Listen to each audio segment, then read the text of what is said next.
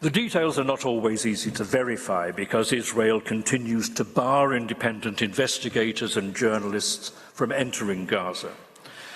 And over 100 journalists who were in Gaza have been killed since the Israeli attacks began.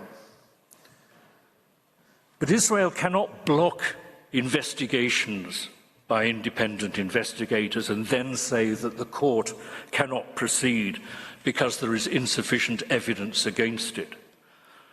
The court has to deal with this case on the basis of its appraisal of the best evidence available to it.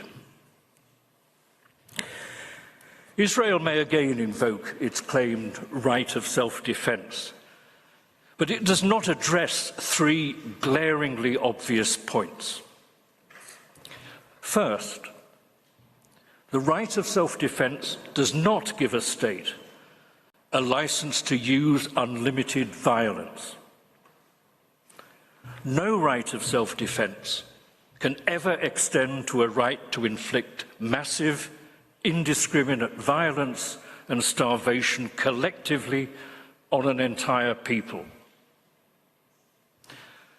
Second, nothing, not self-defense or anything else, can ever justify genocide.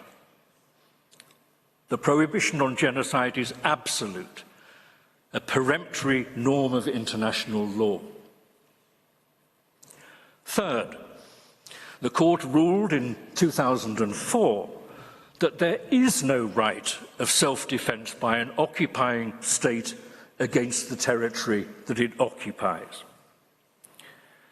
The key point today is that Israel's declared aim of wiping Gaza from the map is about to be realized.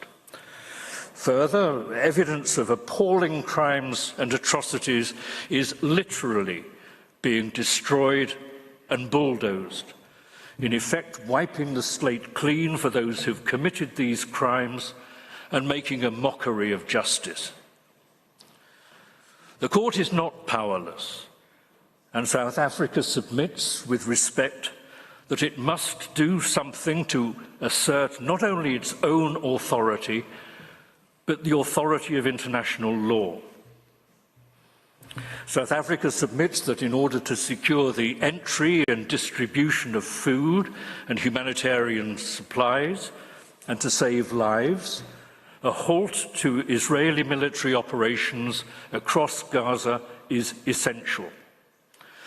The overwhelming weight of opinion among states and international organizations is the same.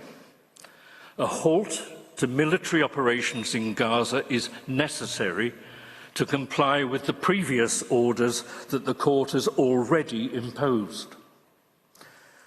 If Israel continues to deny that its bombing and shelling and military incursions and blocking of roads and entry points and its other military operations in Gaza are preventing the fulfillment of the court's orders, the court needs to spell it out explicitly for Israel and for the benefit of any other states that are still providing aid or assistance to Israel in its campaign to eradicate Palestine.